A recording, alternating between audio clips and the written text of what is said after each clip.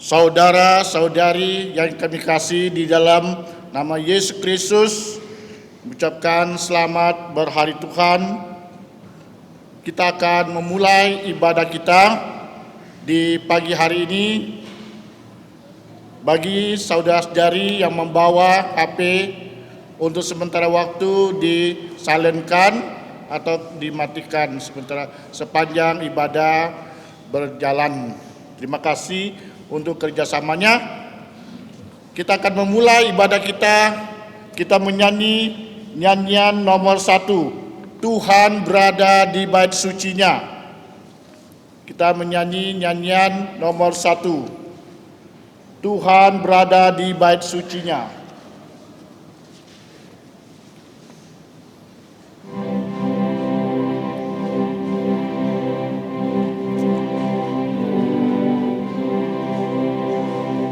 Tuhan berada di bait sucinya, semua orang di hadapan Tuhan sujudlah, berdiam diri, sembah sujud. Amin.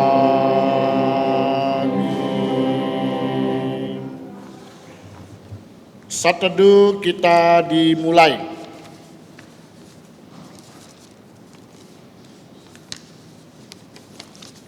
Yesaya 6 ayat 3.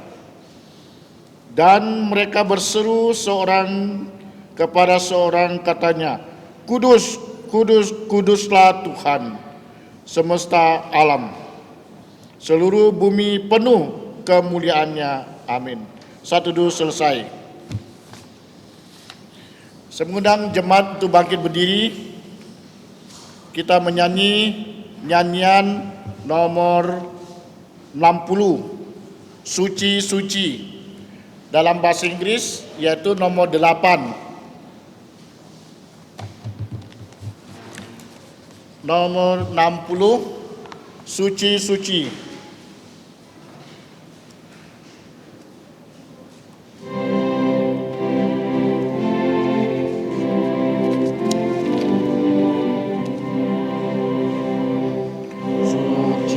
Suci, suci, Allah Maha Kuasa, kami dini hari memuji rahmat-Mu. Suci, suci, suci, Allah Maha Kasih, Allah Tritunggal, patut dipuji. Suci, suci, suci, Allah yang dipuji. Di depan tamu memberi mahkotanya, malaikat di sorga bersujud menyembah Allah yang ada selama-lamanya. Suci, suci, suci, walau tersembunyi, Kau yang besar tak nampak wajah-Mu. Hanya Kau yang suci, tiada tertandingi, kuasa sempurna, indah dan murni.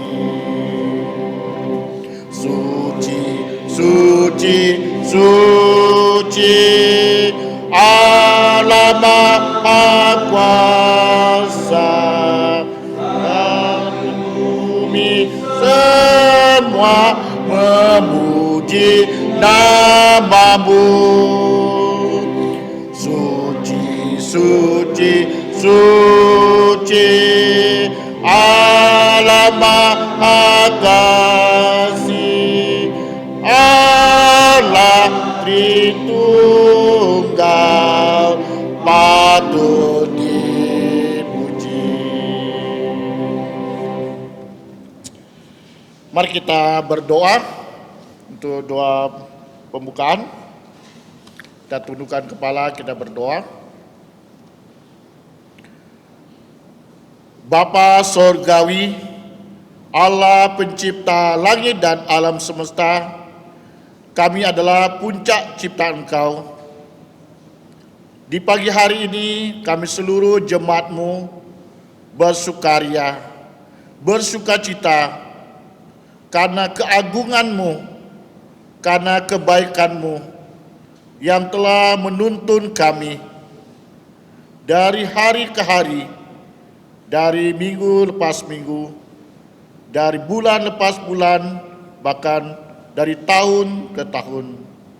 Setiap detik kami mengingat betapa murahnya Engkau, betapa baiknya Engkau. Kami adalah debu tanah, namun Engkau begitu memperhatikan dan Engkau memberikan kesempatan setiap kami untuk datang kepada Engkau, untuk melayani Engkau. Di pagi hari ini kami menyerahkan untuk hamba Tuhan yang melayani. Tuhan pimpin semua dan pakai semua. Kami menyerahkan juga ibadah di pagi hari ini yang ada di gereja maupun yang ada di rumah-rumah, rumah tangga, orang kepala keluarga yang memimpin keluarganya beribadah. Mohon kiranya Tuhan pimpin, Tuhan menolong, dan Tuhan berkati. Yang ada di kelas-kelas juga Tuhan berkati. Kami ingat juga saudara-saudara kami yang mengalami kelemahan tubuh. Kiranya Engkau bermurah. Kami berdoa untuk saudara Rudi dan jemaat yang lain. Tuhan memperhatikan, Tuhan berbelas kasihan, berikan kesembuhan. Dan saat ini juga kami mau mengagungkan nama-Mu karena keajaiban yang luar biasa. Kami punya kesempatan untuk memuji-muji Engkau, berdoa, bahkan mendengar firman Tuhan. Kami menyerahkan apa yang sedang melanda dunia saat ini, COVID-19. Jadi menjadi ketakutan, jadi menjadi problem yang besar untuk seluruh dunia, bahkan di Indonesia, bahkan di Kalimantan ini. Mohon kiranya Tuhan berbelas kasihan dan pada mereka yang terkena COVID-19, dan mereka dapat disembuhkan. Pakai para dokter, pakai pemerintah, dan kami semua anak-anak-Mu, kiranya Engkau pelihara, Engkau jaga. Kami yakin dan percaya Engkau Allah yang Maha Kuasa. Engkau yang mengasihi kami. Kami bersyukur oleh karena kasih-Mu, Engkau mengutus putra tunggal-Mu datang ke dalam dunia ini dan menuruti semua hukum Taurat, dan Yesus mati di kayu salib, mencurahkan darahnya menebus dosa kami yang sebenarnya kami tidak layak dan tidak pantas. Kami penuh dengan dosa, namun Tuhan Yesus telah menyucikan dosa kami dan dikuburkan, dan pada hari yang ketiga bangkit dari kematian, naik ke surga, berjanji akan datang kedua kalinya. Kami sadar waktu yang begitu singkat, begitu dan kesulitan yang dihadapi setiap manusia. Namun Engkau selalu berserta kami. Engkau senantiasa menjadi gembala yang baik dalam kehidupan kami. Kiranya Tuhan pakai kami untuk dapat memberitakan Injil. Kami juga menyerahkan untuk perjamuan kudus pada pagi ini. Mohon Tuhan pimpin dari awal sampai akhir. Dan saat ini kami serahkan doa kami hanya di dalam nama Tuhan Yesus Kristus yang sudah mengajar kami berdoa, yaitu doa Bapa kami. Bapa kami yang di sorga, dikuduskanlah namamu, datanglah kerajaanmu, jadilah kehendak-Mu di bumi seperti di sorga. Berikanlah kami pada hari ini makanan harian kami, dan ampunilah kami akan kesalahan kami, seperti kami juga mengampuni orang yang bersalah kepada kami, dan jangan bawa kami dalam pencobaan, tetapi lepaskanlah kami daripada yang jahat, karena Engkau yang mempunyai kerajaan dan kuasa dan kemuliaan sampai selama-lamanya. Amin. Gloria Patria.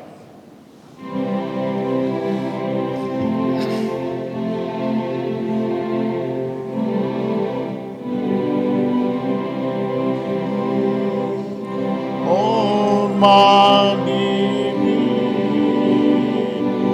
untuk Bapa, Putra dan Roh Kudus, dari mula sampai selama dan seterusnya termulia. Amin. Amin. Saudari, kami silakan duduk kembali.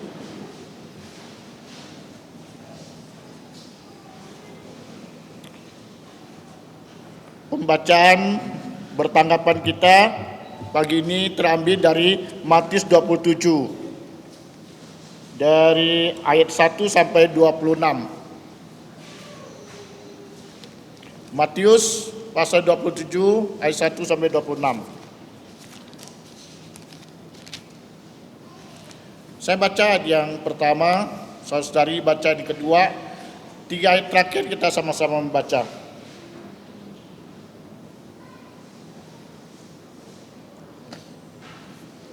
Matius 27 ayat 1 sampai 26. Yesus diserahkan kepada Pilatus, kematian Yudas. Ketika hari mulai siang, semua imam kepala dan tua-tua bangsa Yahudi berkumpul dan mengambil keputusan untuk membunuh Yesus.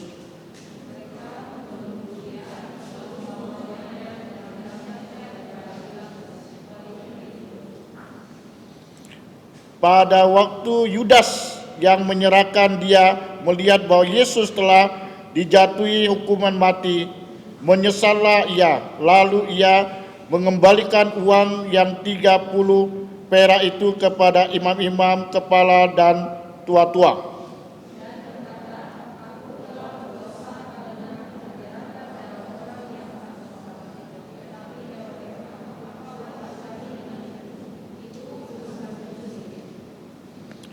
Maka ia pun melemparkan uang perak itu ke dalam bait suci, lalu pergi dari situ dan menggantung diri.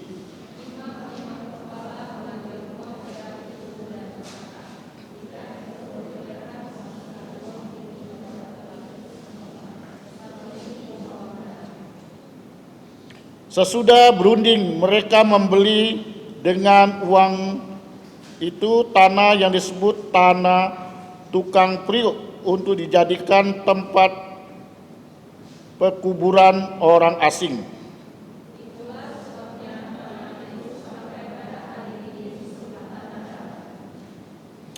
Dengan demikian, genaplah firman yang disampaikan oleh Nabi Yeremia.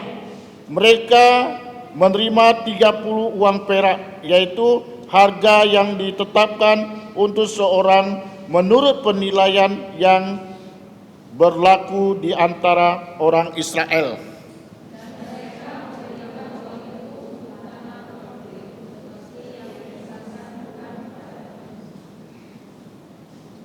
Lalu Yesus dihadapkan kepada wali negeri, dan wali negeri bertanya kepadanya, "Engkaukah raja orang Yahudi?" Jawab Yesus, "Engkau sendiri mengatakannya."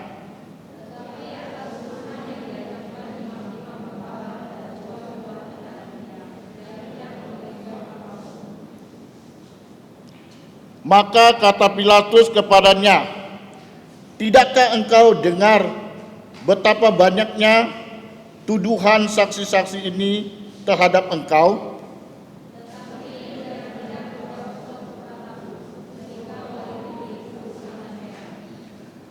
Telah menjadi kebiasaan bagi wali negeri untuk membebaskan satu orang hukuman pada tiap-tiap hari raya itu atas pilihan orang banyak.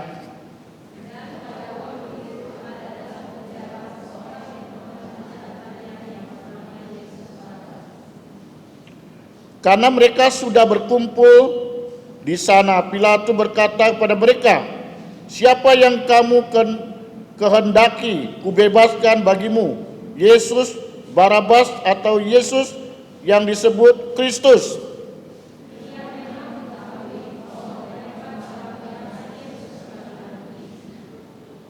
Ketika Pilatus sedang duduk di kursi pengadilan, istrinya mengirim pesan kepadanya, "Jangan engkau mencampuri perkara orang benar itu, sebab karena dia aku sangat menderita dalam mimpi tadi malam."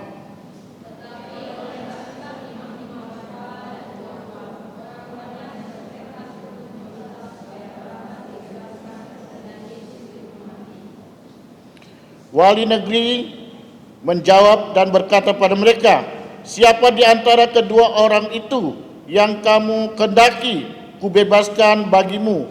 Kata mereka, "Barabas."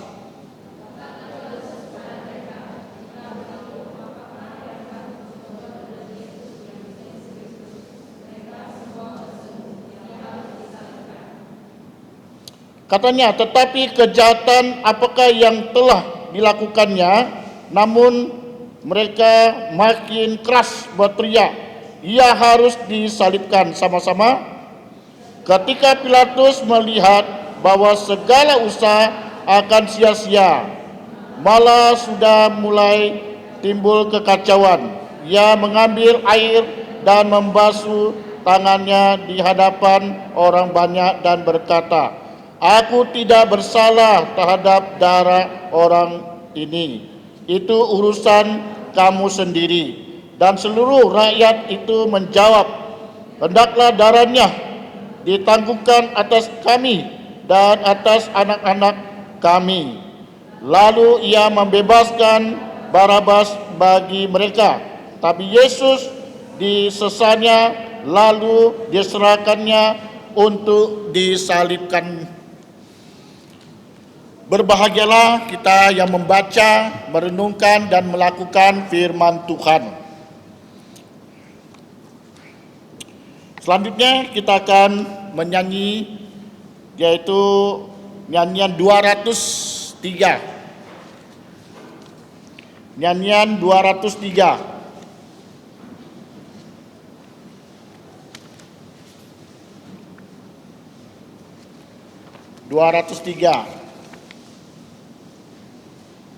Bunga bakung di lembah.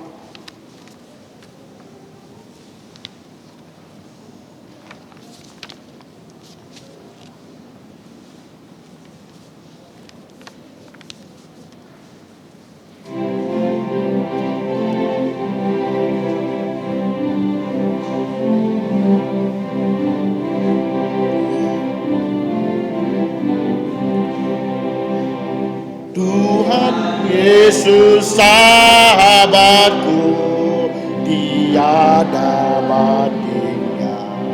Hanya Dialah terindah untukku. Dia bagaikan bunga bakung, selalu ku rindu. Dia kan hutan benelang, menghibur dalam duka, dan Dia penolongku. Segala hatiku serahkan padanya. Tuhan Yesus sahabatku, bagai bintang fajar. Tuhanlah pengasih yang terindah. Tuhan Yesus yang menanggung segala dukaku. Alam pencobaan yang menguatkanku. Akan ku tinggalkan semua dan cinta padanya. Dengan setia ku hidup untuknya. Bila kelak ku jumpa wajahnya yang mulia, pasti jantungku bersuka citalah. Tuhan Yesus sahabatku, bagai bintang fajar. Tuhanlah pengasih yang terindah. Tuhan tak meninggalkanku, setia padaku. Ku pun setia pada perintahnya. Meski api membakarku, Dia bentengku. Dia melihara menguatkanku. Dunia menolakku atau ku digoda, ku bersandar Yesus yang meneguhkanku. Tuhan Yesus sahabatku, bagai bintang fajar. Tuhanlah pengasihku yang terindah.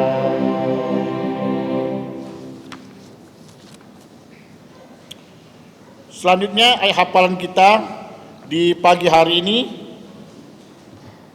Yohanes 11 ayat 25 sampai 26.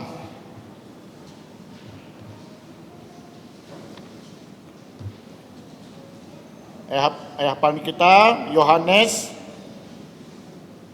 11 ayat 25, 26, 3 kali berturut-turut kita menghafalnya ya.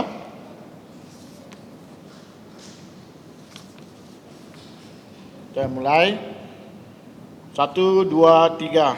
Yohanes pasal 11 ayat 25, 26. Jawab Yesus, Aku adalah kebangkitan dan hidup. Barang siapa percaya padaku, ia akan hidup walaupun dia sudah mati. Dan setiap orang yang hidup dan yang percaya padaku tidak akan mati selama-lamanya.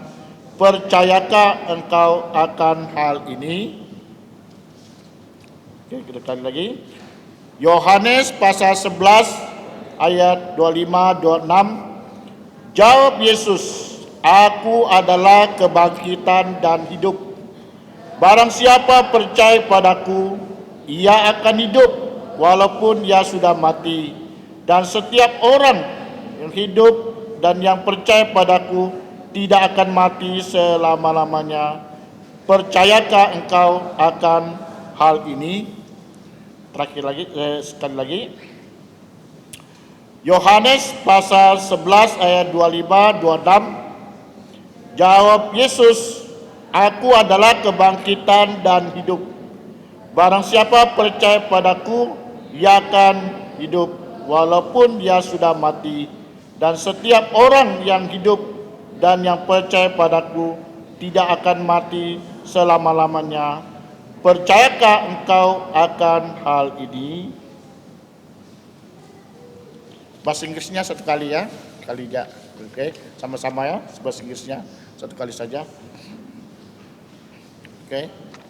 Dan 1, 2, 3. John 11 verse chapter 11 verse 25, 26. Jesus said unto her, I am the resurrection and the life. He that believe in me, through he will that yet is shall be live, and whosoever live and believe in me shall never die. Believest thou this?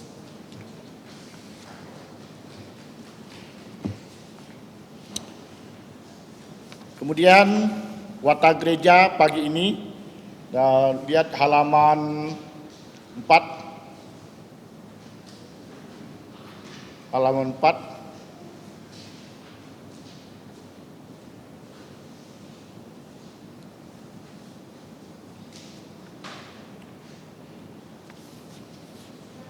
Adapun watak gereja pagi ini, pertama, doa dan puasa akan diadakan secara sukarela di rumah masing-masing mulai sore ini jam 6 sampai besok sore jam 6.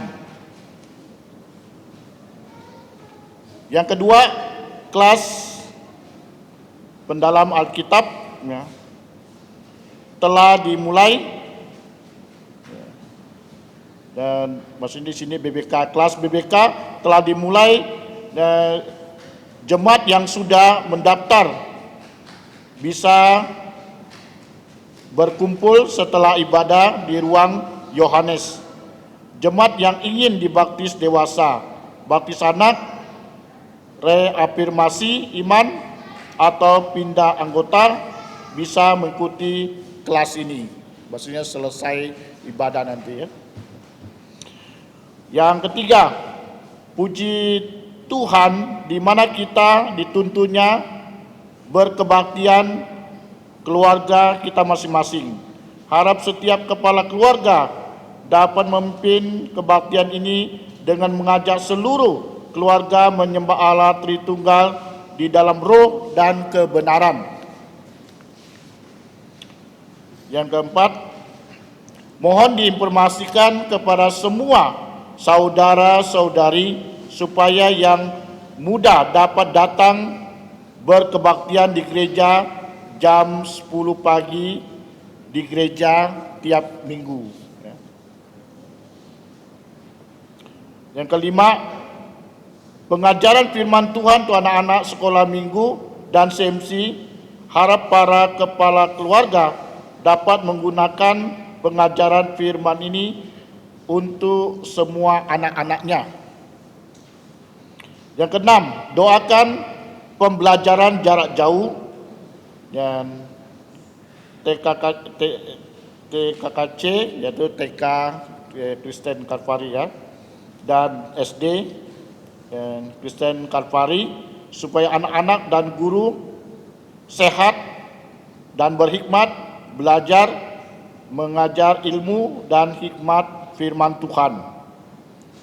Yang ketujuh, mungkin ada yang pertama kali datang, kami persilakan untuk berdiri, memperkenalkan diri. Ada yang pertama kali datang? Ada? Ada enggak? Tidak ada ya? Ya. Jadi kalau ada, ya kami ucapkan selamat datang kepada saudari yang pertama kali datang. Ya, kami juga menyambut dengan senang dan sukacita kalau ada yang pertama kali datang ya. Ya.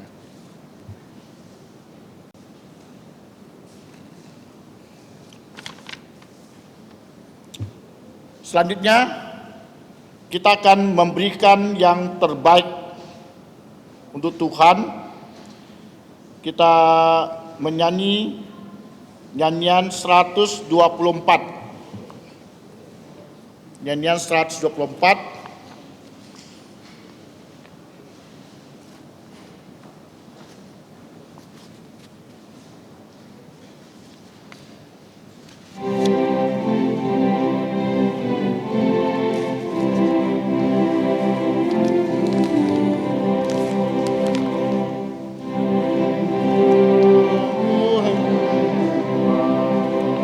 Kau yang tak berdaya, datanglah kepadanya, kau kan dapat sentosa. Yesus bayar semua hutang dosaku, dosa bagai kermiji yang putih bersih. Dialah padaku suatu kebaikan dari darah Tuhanku, lepas Yesus bayar semua hutang dosaku, dosa bagai kermiji jadi putih bersih. Di depan taktanya sekarang ku berteluh, ku jadi anak Allah, jatuhku bersyukurlah. Yesus ayah semua hutang dosaku, dosa bagai kermiji yang putih bersih. Saya mengundang jemaat makin berdiri, kita menyanyi Losologi.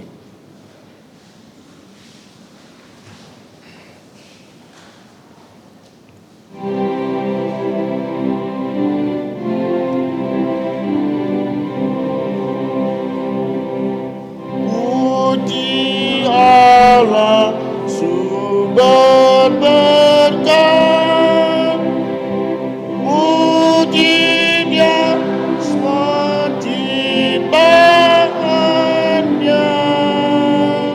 puji Dia para malaikat, Bapa, Putra, dan Roh Kudus. Amin.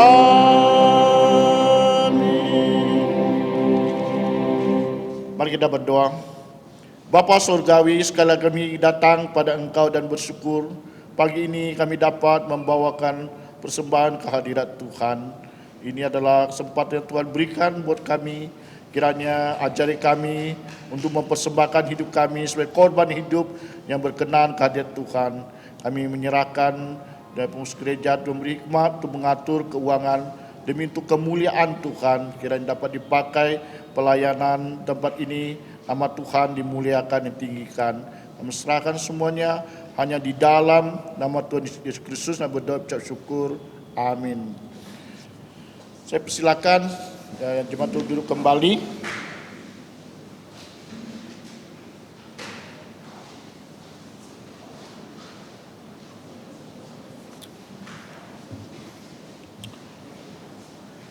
Untuk doa pengembalaan yang akan dipimpin oleh G. Peter Joksan, khotbah juga disampaikan G. Peter Joksan.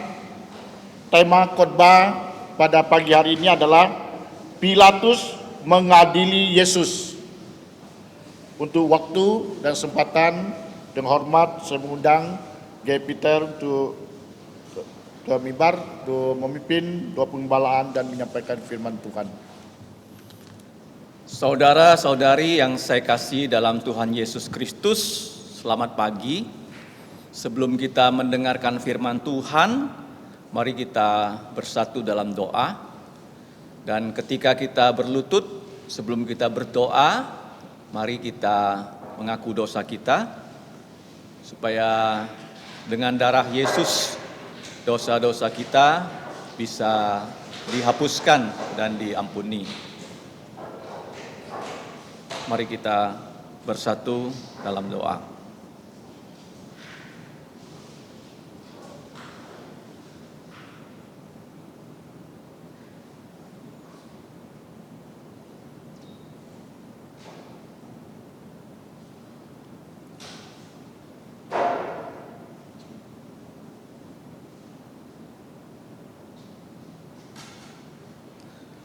Allah yang Maha Tahu, Maha Hadir dan Maha Kuasa, sekaligus Bapa kami yang di surga, pada pagi ini kembali kami datang menghadap tahta-Mu yang kudus melalui Putra-Mu Tuhan Yesus yang telah menjadi juru selamat kami. Ya Bapa, Engkau adalah kudus, sedangkan kami manusia berdosa. Dan kami mohon belas kasihan-Mu supaya Engkau mengampuni dosa-dosa kami yang sudah kami lakukan di dalam pikiran, perkataan, dan perbuatan.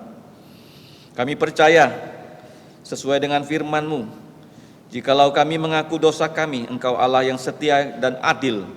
Dengan darah Tuhan Yesus, Engkau akan menghapus semua pelanggaran kami. Ya Bapa, kami sudah berdosa, keluarga kami sudah berdosa, dan juga ya Bapa, kami mohon supaya Engkau berbelas kasihan, memberikan kami pengampunan, sehingga kami bisa datang sebagai anak-anak-Mu yang sudah dikuduskan oleh darah Yesus, yang dikuduskan oleh firman-Mu dalam pimpinan Roh Kudus. Kami bisa menyembah Engkau dalam roh dan kebenaran, sehingga kami bisa mempunyai lubuk jantung yang seperti tanah subur, bisa ditaburi dengan firman-Mu, sehingga menghasilkan buah untuk memuliakan nama-Mu. Ya Bapa, kami mengucap syukur untuk gereja-Mu ini yang sudah Engkau pakai di dalam perluasan kerajaan-Mu di muka bumi ini. Melalui gereja-Mu ini, kesaksian Injil, pemberitaan firman dapat dilangsungkan, bahkan di antara kami. Karena pelayanan Engkau melalui gereja-Mu inilah mereka bisa percaya Yesus. Untuk itulah kami mengucap syukur ya Bapa. Ya Bapa, kami mengucap syukur bukan hanya rohani kami Engkau selamatkan, jasmani kami juga Engkau memelihara, seperti Engkau telah memelihara burung. Engkau juga menjaga bunga-bunga yang indah, Engkau menjaga anak-anak-Mu. Engkau telah berjanji, kalau kami percaya Yesus, Engkau mengangkat kami sebagai anak-anak-Mu, dan tidak satu rambut di kepala kami akan jatuh kalau bukan Engkau Bapa yang mengizinkannya. Ya Bapa, kami bersyukur Engkau telah memimpin kami selama 9 bulan di tahun Tuhan Yesus tahun 2020, dan kami sudah masuk ke minggu pertama di bulan yang ke-10. Kami serahkan hidup kami kembali. Kiranya Engkau berkenan memakai kami untuk melakukan yaitu tugas kami sebagai korban hidup yang menjadi kesaksian untuk Tuhan Yesus di muka bumi ini. Karena begitu banyak orang di muka bumi ini belum percaya Tuhan Yesus. Mohon belas kasihan-Mu ya Bapa, di tengah-tengah keluarga kami ada juga yang belum percaya Tuhan Yesus. Kiranya Engkau memakai kami mempunyai kesaksian yang baik, sehingga kata-kata kami, perbuatan kami yang mereka lihat, mereka tahu kami tidak sama dengan orang-orang dunia. Kami menjadi orang yang menyaksikan tentang siapakah Tuhan Yesus, yang sudah bukan hanya mati untuk dosa-dosa manusia. Tuhan Yesus juga sudah dikubur, bahkan bangkit pada hari Minggu, pada hari ketiga, dan Tuhan Yesus sudah menampakkan diri. Kiranya ya Bapa, semua anggota keluarga kami dapat percaya Tuhan Yesus melalui kesaksian kami. Ya Bapa, kami bersyukur juga di mana ada anggota-anggota gereja ini yang bersedia mengajak anggota keluarganya untuk datang ke gereja walaupun di masa pandemik COVID-19 ini. Kiranya ya Bapa, firman-Mu yang mereka dengar bisa membawa keselamatan rohani dan jasmani kepada mereka. Bahkan ya Bapa, ketika kami berlutut di gereja-Mu ini, seperti yang disaksikan di dalam Alkitab, baik di perjanjian lama, perjanjian baru, barang siapa yang telah datang di rumah doa dengan beban-beban kehidupan, Engkau bersedia membantu kami, karena Engkau adalah penolong kami satu-satunya yang bisa melepaskan kami dari segala yang jahat, melepaskan kami dari segala mara bahaya. Ya Bapa, kami serahkan hidup dari anak-anak-Mu yang sudah datang ke gereja-Mu, yang sekarang sedang berharap kepada Engkau dengan berlutut berdoa. Di antara mereka ada yang berbeban dalam kehidupan keluarga. Tolonglah mereka ya Bapa. Yang berbeban dalam edukasi, khususnya PJJ, di mana orang tua dan anak-anak banyak yang menghadapi kendala dalam belajar. Engkau juga berbelas kasihan. Yang berbeban dalam kehidupan ekonomi, Engkau juga menolong. Problema suami istri, Engkau juga yang menolong. Ya Bapa, kami serahkan juga untuk keluarga kami yang tidak berada di Pontianak, berada di luar kota, di luar pulau, bahkan di luar negeri. Sebagai orang-orang asing, Engkau berjanji Engkau akan memelihara kaum Lewi yang tidak punya profesi, yaitu hamba-hamba-Mu. Engkau juga mau menjaga janda-janda, yatim, dan juga orang-orang asing. Kiranya mereka yang sudah merantau ke luar negeri, di sana pun mereka bisa menemukan keluarga-Mu yang ada di luar negeri, keluarga Tuhan Yesus, sehingga mereka bisa bersama-sama di sana untuk menyembah Engkau dan melayani Engkau. Ya Bapa, kami saat ini secara khusus berdoa untuk bangsa negara Indonesia, di mana dari berita yang kami baca, lebih banyak lagi orang yang terinfeksi. Tetapi kami bersyukur padamu bahwa Engkau mulai memberikan vaksin kepada dunia, di mana Menteri Luhut akan memimpin tim ke Tiongkok untuk melihat vaksin yang mereka buat di sana. Kiranya ya Bapa, dengan vaksin ini bisa dipakai untuk para dosen, para guru, dan para penjaga keamanan, bahkan petugas di rumah sakit, sehingga mereka dapat sehat untuk melayani rakyat, dan juga rakyat Indonesia diberi disiplin yang baik, sehingga protokol kesehatan dapat dijalankan. Ya Bapa, yang paling penting, orang-orang di seluruh dunia bisa tahu bahwa darah Yesuslah yang bisa menghapus dosa. Walaupun ada vaksin, manusia tidak sakit karena COVID, tetapi satu saat manusia akan mati. Kalau tidak percaya Yesus, malaikat akan menangkap roh orang itu, melemparkannya ke dalam neraka yang bukan disiapkan untuk manusia, tetapi untuk roh-roh jahat yang sudah memberontak kepada Engkau. Engkau menyiapkan tempat untuk kami di sorga, di pangkuan Abraham, melalui Tuhan Yesus. Kiranya ya Bapa, berita gembira ini bisa kami kabarkan. Dan kami bersyukur gereja-Mu ini pada hari Selasa yang lalu dapat membesuk anak-anak CMC di Gang Siaga, sekaligus bertemu dengan orang-orang yang belum pernah kami temui untuk memberitakan Injil Tuhan Yesus. Ya Bapa, kami menabur dan Engkaulah yang akan menumbuhkan. Kami serahkan ya Bapa, saat ini kami mau mendengarkan firman-Mu. Kiranya Engkau menolong. Setelah kami mendengarkan firman-Mu, kami akan menghadapi meja Tuhan Yesus, meja perjamuan kudus, yaitu yang menggantikan perayaan Paskah, dan di mana melalui Paskah paling signifikan, Engkau telah membebaskan manusia dari belenggu dosa.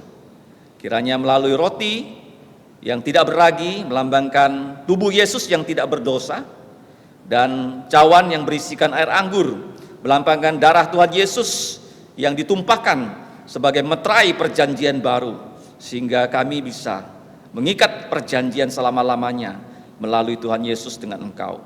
Ya Bapa, tolonglah kami yang akan mendengarkan firman-Mu. Roh Kudus bekerja.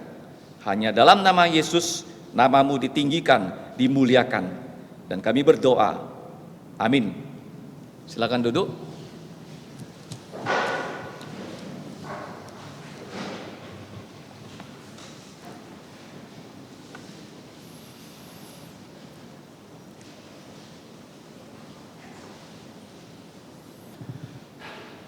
Mari kita mengucap syukur lagi karena ini adalah hari Minggu pertama di bulan yang ke-10. Dan kita sudah masuk ya ke kuartal yang keempat. 3 bulan lagi kalau Tuhan Yesus tidak datang, kita akan masuk di tahun Tuhan Yesus 2021. Dan kita bersyukur di hari Tuhan ini, kita diberi kesempatan untuk datang ke rumah Tuhan. Bukan hanya sekedar rumah doa ya, tapi juga rumah pemberitaan firman. Dan tadi kita sudah membaca dari Injil Matius pasal 27 ya, ayat 1 sampai ayat 26. Dan kalau di Injil Tuhan Yesus itu ada dicatat di perikop ya, 203 dan 204. Nah, peristiwa ini mengenai bagaimana Tuhan Yesus diadili oleh Pilatus. Nah, Pilatus nama yang disebutkan bukan hanya di dalam kitab suci, tetapi juga dalam pengakuan iman rasuli. Di situ dikatakan Tuhan Yesus yang kita percayai sebagai putra Allah itu menderita di pengadilan di zamannya Pontius Pilatus. Nah, siapa ini Pontius Pilatus yang mendapat giliran keempat untuk mengadili Tuhan Yesus? Kalau kita membaca Injil Tuhan Yesus itu diadili ya, pada malam itu dan pada pagi hari itu selama 6 kali. Dan kalau kita melihat ke belakang apa yang pernah kita pelajari, Tuhan Yesus itu sudah diadili 3 kali sebelumnya. Sebelum dibawa oleh orang-orang Yahudi menghadap Pilatus. Kalau kita lihat dalam ayat 1, ketika hari mulai siang, semua imam kepala, ini ada 2 imam kepala, yaitu Anas dan Kayafas yang sudah mengadili Yesus, dan tua-tua bangsa Yahudi berkumpul dan mengambil keputusan untuk membunuh Yesus. Padahal mereka sama sekali tidak menemukan satu titik pun kesalahan Yesus, tapi mereka karena iri, karena benci, mereka ingin mencabut nyawa Yesus. Kebencian manusia itu timbul dari dosa. Kebencian manusia itu timbul dari iblis. Masih ingat dalam Kejadian pasal 3 dikatakan ayat 15, Allah mengatakan kepada Adam dan Hawa dan iblis, Aku akan mengadakan permusuhan antara engkau iblis dengan perempuan ini, dengan Hawa, dan antara ya, keturunan perempuan yaitu Tuhan Yesus dengan engkau iblis. Apa bunyi selanjutnya? Di mana keturunan perempuan Tuhan Yesus akan meremukkan kepalamu, dan engkau iblis akan meremukkan tumit Tuhan Yesus. Waktu Tuhan Yesus disalib, tumitnya itu dipaku, dan dengan kematian Yesus disalib, kepala ular iblis yang berkuasa atas maut dikalahkan oleh Tuhan Yesus. Kebencian dari para pemimpin orang Yahudi yang saya namakan TAI itu bukan hanya mereka secara manusiawi, tapi saya percaya seperti Tuhan Yesus katakan ketika Tuhan Yesus ya mengizinkan Yudas menjual dirinya, iblis masuk dalam lubuk jantung Yudas. Saya sering mengatakan kalau kamu sudah percaya Yesus, tidak bisa iblis itu masuk ke lubuk jantung kita. Tetapi para pemimpin ini, yaitu para tua-tua, kemudian para ahli-ahli Taurat dan imam-imam kepala, tidak banyak yang percaya Yesus ya. Dari Alkitab kita lihat hanya ada 2 yang percaya Yesus, yaitu Yusuf Arimatia dan Nikodemus. Selain itu 70 orang tidak percaya Yesus, dan mereka harus membunuh Yesus. Kenapa? Kalau Yesus masih hidup, mereka itu tidak tenang, karena Yesus sering kali menunjukkan dosa-dosa mereka. Kalau kamu baca dalam Matius pasal 23, Tuhan Yesus bilang, kalian ini seperti kuburan, di luarnya bagus, di dalamnya busuk. Makanya nama mereka cocok, TAI. Dan kita lihat ketika mereka sudah mengadili Yesus, Anas sudah mengadili Yesus, Kayafas sudah mengadili Yesus, nih para tua-tua ataupun Sanhedrin sudah mengadili Yesus. Mereka membelenggu Yesus seperti pencuri yang ditangkap, seperti perampok penjahat yang ditangkap, yang harus diborgol. Kamu bayangkan, mereka memperlakukan Yesus sebagai seorang kriminal, padahal tidak satu pun kejahatan yang pernah dibuat Yesus.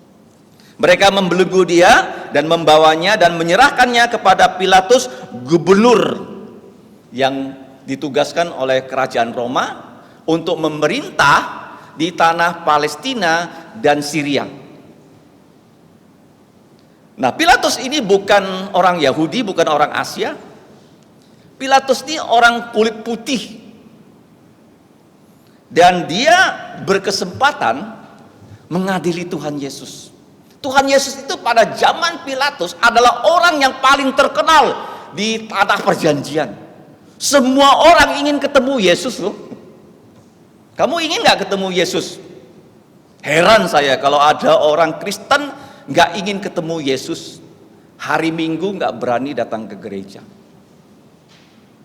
Jangan sampai seperti itu. Pilatus ini, dia sebenarnya tidak tinggal di Yerusalem. Dia tinggal di daerah yang bernama kotanya Kaisaria, di pinggir laut Mediterania, ya, laut tengah.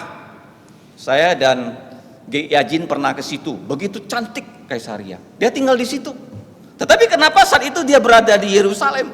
Karena ini dalam rangka perayaan Paskah, di mana orang-orang Yahudi dalam Ulangan 16:16 itu diperintahkan harus merayakan Paskah di Yerusalem. Dan kalau kita membaca dalam Injil Lukas, Tuhan Yesus itu berjalan kaki dari Nazaret dengan Yusuf bapak angkatnya, dengan Maria ke Yerusalem merayakan Paskah. Dan Tuhan Yesus waktu pulang dari Yerusalem tidak ikut dengan orang tua, yaitu Yusuf, orang tua angkatnya. Sehingga Yusuf dan Maria harus pergi lagi ke Yerusalem mencari Yesus. Itu adalah perayaan Paskah. Nah, kenapa perayaan Paskah dirayakan secara besar-besaran? Karena nanti saya akan katakan ada 7 ya Paskah yang signifikan. Jadi pada waktu itu Yudas melihat bahwa Yesus itu sudah dijatuhi hukuman mati, dia menyesal karena dia menjual Yesus, dan dia mengembalikan uang yang 30 perak kepada imam-imam kepala dan tua-tua dan berkata, aku telah berdosa karena menyerahkan darah orang yang tak bersalah ini.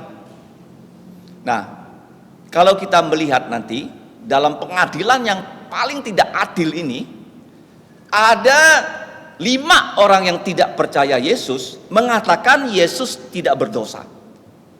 Siapa yang mengatakan Yesus itu bersalah dan harus dihukum mati? Yaitu orang-orang Yahudi yang membenci Yesus. Jadi ketika Yesus diadili, di sini kita bisa belajar ada 5 pelajaran penting.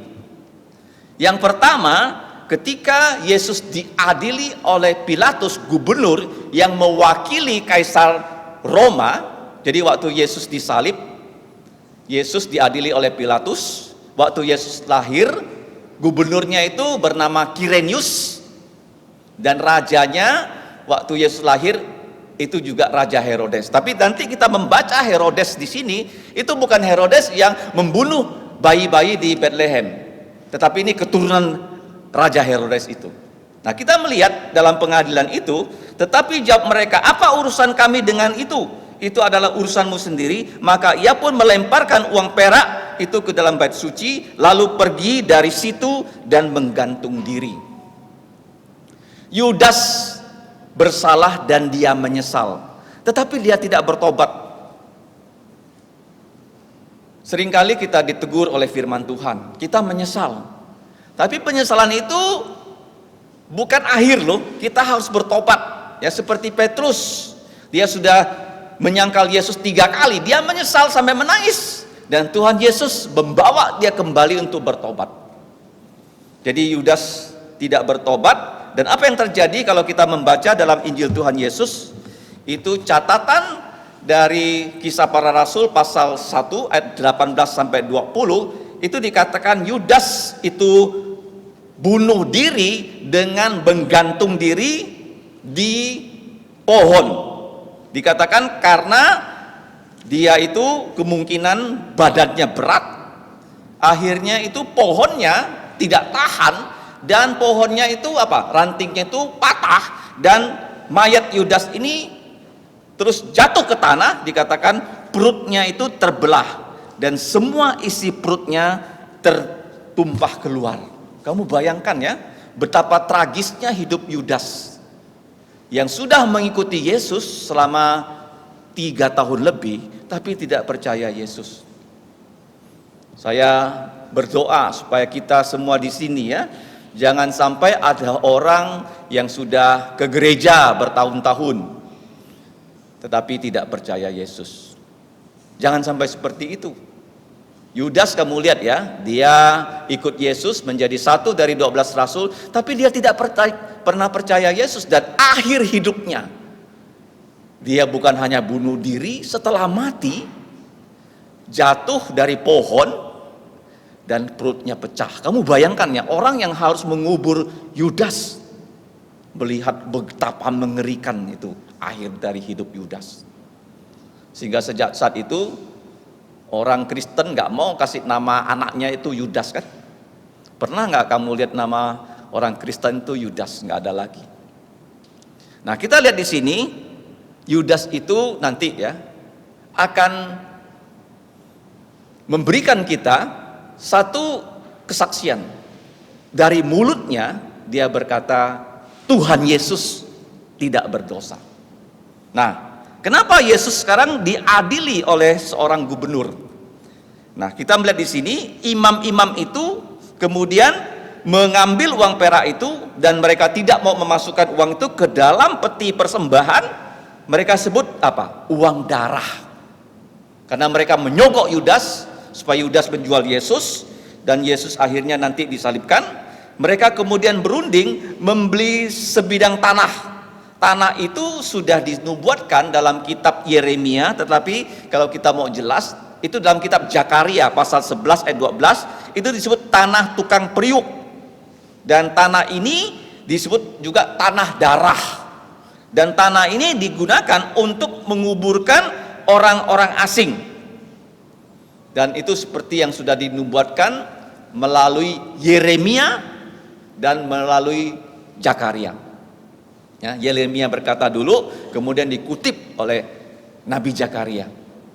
Nah, kita lihat Yesus akhirnya dibawa ayat 11 kepada wali negeri, gubernur, dan wali negeri itu adalah Pilatus. Dia bertanya kepada Tuhan Yesus, "Engkaukah raja orang Yahudi?" Jawab Yesus, "Engkau sendiri mengatakannya." Nah, waktu Yesus diadili oleh Pilatus, kita bisa belajar 5 pelajaran. Yang pertama, di hadapan Pilatus, Tuhan Yesus itu mengatakan kepada Pilatus bahwa dirinya sendiri adalah Kristus. Nah, jadi kalau kita lihat ya, waktu Tuhan Yesus ditangkap dan dibawa ya, kepada Pilatus, apa yang dituduhkan oleh orang-orang Yahudi kepada Tuhan Yesus? Nah, kalau kamu baca di dalam Injil Tuhan Yesus perikop 204. Tetapi coba kita buka dalam Injil Lukas pasal 23. Mari kita lihat ya. Lukas 23. Apa tuduhan mereka sehingga mereka membawa Yesus kepada Pilatus, dan dengan tuduhan itu mereka ingin Pilatus menjatuhkan hukuman mati kepada Tuhan Yesus. Ayat 1 mari kita baca.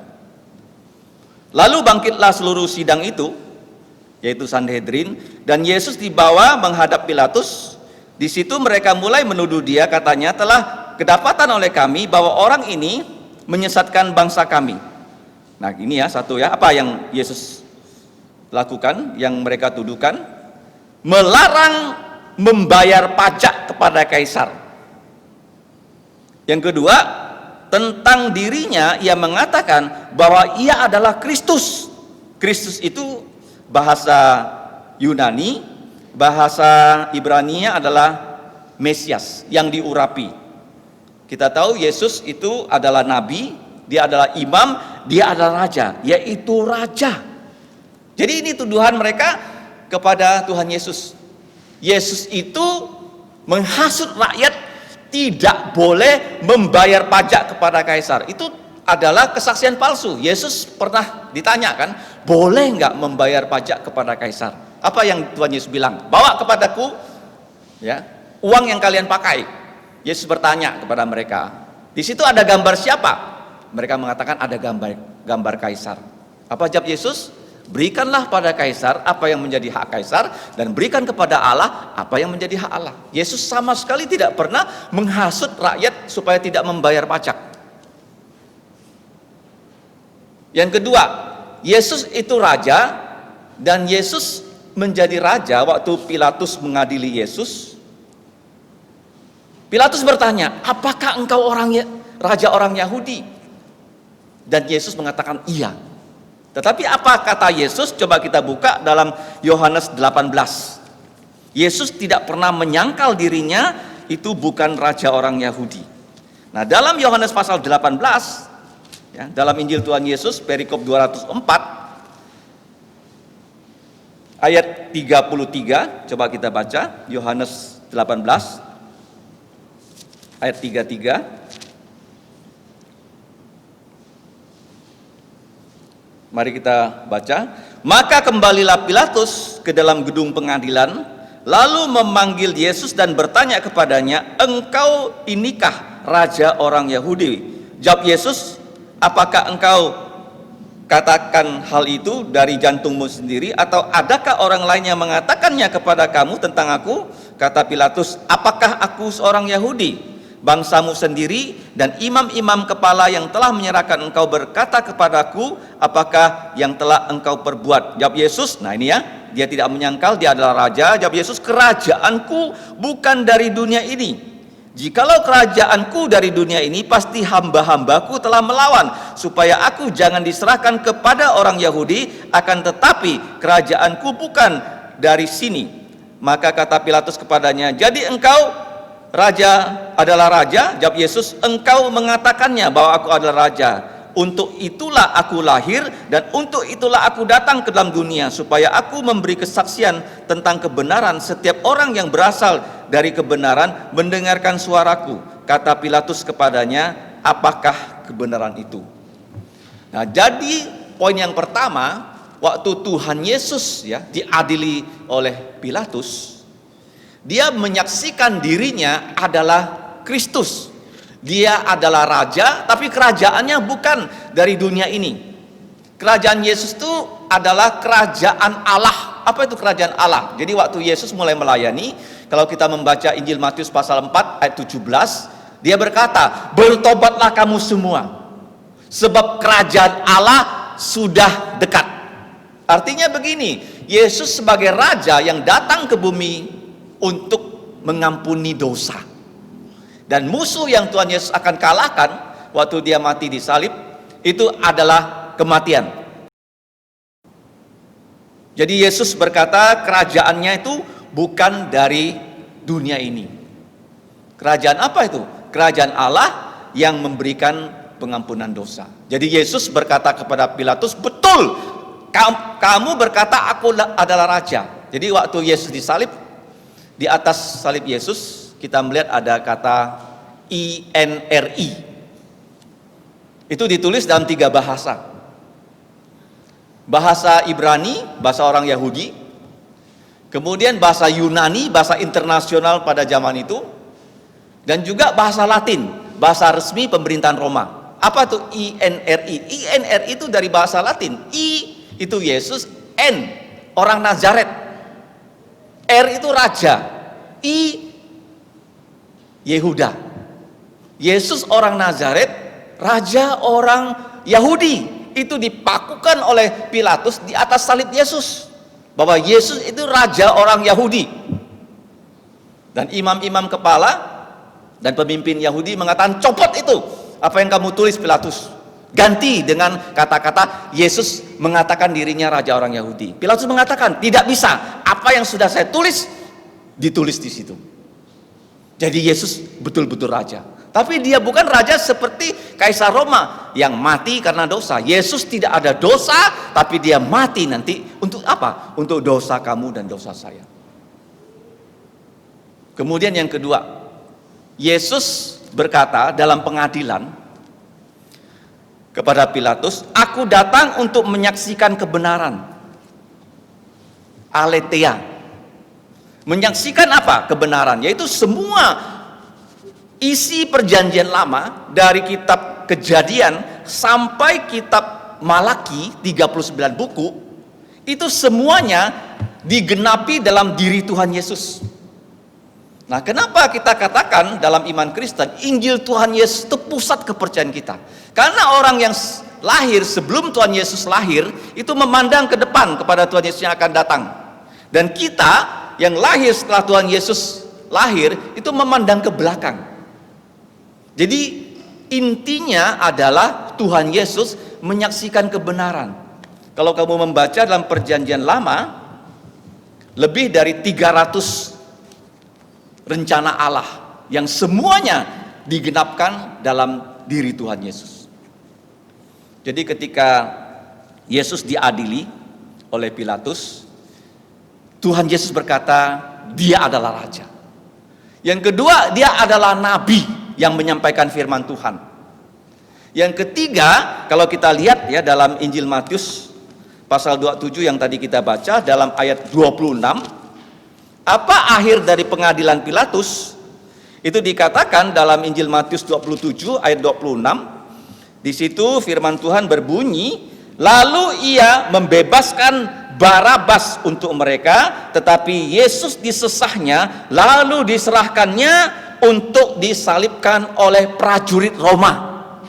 Jadi Pilatus punya pasukan-pasukan dan pasukannya itu disuruhnya menyalibkan Tuhan Yesus, dan kalau kita baca disalibkan bersama dua penjahat besar. Nah, jadi waktu Yesus disalibkan, kalau kita baca di sini ada seorang yang dibebaskan. Nama orang ini sama dengan Yesus loh. Nama orang itu adalah Yesus, tapi punya gelar Barabas. Kalau kamu baca ya dalam ayat 17. Karena mereka sudah berkumpul di sana, Pilatus berkata kepada mereka, siapa yang kamu kehendaki ku bebaskan untuk kamu, Yesus Barabas. Barabas artinya putra Bapa, atau Yesus yang disebut Kristus. Ya, kenapa Yesus diadili? Karena dia adalah Kristus. Dia adalah nabi yang menyampaikan semua firman Tuhan, yang menggenapi semua firman Tuhan. Yang kedua, dia adalah imam. Dia adalah anak domba Allah. Dia tidak pernah menyembelih anak domba, tapi dia rela disalibkan. Dengan darahnya dosa dunia bisa dihapus. Dia adalah raja. Jadi waktu Yesus disalibkan, dia mengalahkan maut. Ya. Kenapa? Karena pada hari ketiga dia bangkit dari kematian. Nah, kalau kita lihat di sini dalam pengadilan Pilatus terhadap Yesus, pelajaran yang pertama kita diberi pelajaran bahwa Yesus adalah Kristus, adalah Mesias. Kamu tahu tidak? Pada saat dunia yang sekarang sedang genting, begitu banyak masalah dunia, dan masalah yang terkini adalah COVID-19. Apa yang bisa diharapkan dunia? Dan ada pemimpin-pemimpin di Israel, mereka mengatakan, dalam keadaan yang seperti ini, dunia yang bukan semakin baik, tapi semakin hancur. Hanya ada satu jawabannya ketika Yesus datang kedua kali. Jadi kita orang Kristen juga ya, kita mengharapkan Mesias yang sudah disalibkan, yang sudah mati bangkit dari kematian, yang sudah naik ke sorga, dia datang kembali. Jadi waktu dia datang kembali, dia akan menjemput kita, orang-orang yang percaya pada Tuhan Yesus. Jadi poin yang pertama dalam pengadilan Pilatus kepada Tuhan Yesus, dia Kristus, itu menyatakan dirinya sebagai Kristus. Poin yang kedua, kalau kita lihat dalam pengadilan ini, Tuhan Yesus itu atau Kristus itu, dia tidak membuka banyak mulut di depan Pilatus. Nah, ayat 12, tetapi atas tuduhan yang diajukan imam-imam kepala dan tua-tua terhadap dia, ia tidak memberi jawaban apapun. Maka kata Pilatus kepadanya, tidakkah engkau dengar betapa banyaknya tuduhan saksi-saksi ini terhadap engkau? Ayat 14, tetapi ia tidak menjawab suatu kata pun, sehingga wali negeri itu sangat heran. Jadi poin yang kedua, Kristus keluh. Seperti kalau kita buka dalam kitab Yesaya pasal 53, mari kita buka. Tuhan Yesus itu seperti anak domba yang dibawa kepada pembantaian dan dia tidak membuka mulutnya. Yesaya pasal 53. Nah, kalau kita melihat di sini, Tuhan Yesus ya, dia rela ya dipukul, ditindas. Karena apa? Karena pemberontakan kita. Kalau kita lihat di sini, di mana untuk kejahatan kita, ayat yang ke-6, dia bersedia mati. Nah, kemudian ayat 7, dia dianiaya, dia diludahi, dia dipukul, dia diejek, tetapi dia membiarkan dirinya ditindas dan tidak membuka mulutnya seperti anak domba, ayat 7:53, yang dibawa ke pembantaian, seperti induk domba yang keluh di depan orang-orang yang menggunting bulunya, ia tidak membuka mulutnya. Nah, Tuhan Yesus ketika dia diadili, dia hanya berkata-kata secukupnya. Nah, kalau kita buka Amsal 26 ayat 4, jangan menjawab orang bodoh sesuai dengan kebodohannya. Misalnya kalau ada orang marah di depan kamu, kamu juga ikut marah sama dia, sehingga terjadi pertengkaran. Kata-kata dia yang keluar itu tidak baik, kamu juga terpancing menggunakan kata-kata yang tidak baik untuk membalas dia. Tuhan Yesus sama sekali tidak. Jadi dari pelajaran pertama, kita tahu Tuhan Yesus adalah Kristus. Kita yang percaya pada dia, dia memberikan kita firman, dia adalah nabi. Apakah kita membaca firman-Nya? Itu yang pertama. Apakah kita menjalankan firman-Nya? Yang kedua, dia adalah imam yang sudah mati untuk dosa-dosa kita. Apakah kita sungguh-sungguh sudah percaya Yesus, sudah bertobat dari dosa kita? Yang ketiga, dia adalah raja yang sudah mengalahkan maut. Dan apakah kamu berharap ya waktu Yesus datang, kamu akan punya tubuh mulia? Poin yang kedua, Tuhan Yesus itu keluh waktu diadili, dia hanya berkata-kata secukupnya kepada Pilatus. Ini suatu hal yang mengherankan Pilatus tuh. Kenapa begitu? Karena Tuhan Yesus tidak seperti orang-orang yang dibawa kepada Pilatus. Kalau orang menghadap ke pengadilan, dia akan mengatakan dirinya dengan pembelaan, dengan harapan hakim yang mengadili dia itu membebaskan dia setelah akhir dari pengadilan itu. Tapi Tuhan Yesus ini berkata kepada Pilatus, kerajaanku bukan dari dunia ini. Membuat Pilatus itu kaget. Dan aku datang untuk menyaksikan kebenaran. Dia berkata, apa itu kebenaran? Kamu bayangkan seorang gubernur ya, tidak tahu kebenaran, tidak tahu firman Tuhan. Yang ketiga, Tuhan Yesus berkata lagi kepada Pilatus, kamu tak punya kuasa atas aku kalau bukan kuasa itu diberikan pada kamu. Itu membuat dia heran lagi. Tidak ada orang yang pernah dia adili meremehkan kuasa dia. Pasti orang yang diadili percaya kuasa Pilatus bisa membebaskan orang itu. Seperti nanti dia membebaskan Barabas. Barabas itu harusnya disalib, tetapi dibebaskan. Dan Yesus menggantikan Barabas untuk disalib. Tuhan Yesus sudah menggantikan kita loh, mati di salib. Asal kita mau datang pada Yesus. Nanti ya, poin yang berikutnya kita melihat ya, kenapa pengadilan ini yang harusnya adil justru paling tidak adil. Jadi pelajaran dalam poin kedua, Kristus keluh dalam pengadilan. Itu mengajarkan kita apa? Dalam hidup ini seringkali kita menghadapi problem.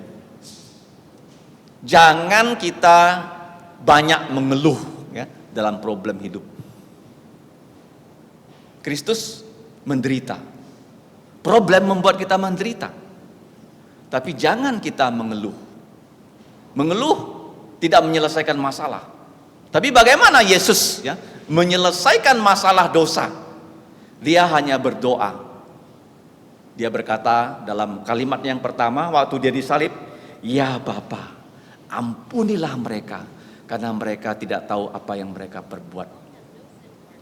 Nah, jadi kalau kita sekarang menghadapi masalah kamu dengan masalah saya tidak sama. Tuhan tahu semua masalah kita. Tapi waktu kita menghadap Dia, kamu minta Dia tolong. Dan Tuhan mau menolong. Jadi tempat ini adalah tempat kita berdoa.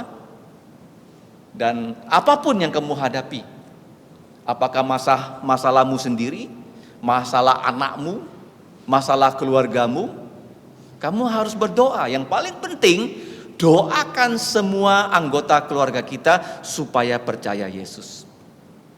Kalau seorang sudah percaya Yesus, masalah dia yang paling besar itu sudah selesai. Kalau dia tidak percaya Yesus, dia akan menghadapi masalah yang paling besar, itu waktu dia mati atau Yesus datang, dia akan dilemparkan ke dalam neraka. Jadi pelajaran kedua, menghadapi problem. Jangan mengeluh, tapi kita berdoa. Yang ketiga, nah waktu Yesus diadili, pengadilan itu berlangsung begitu cepat dan berlangsung selama 6 kali loh.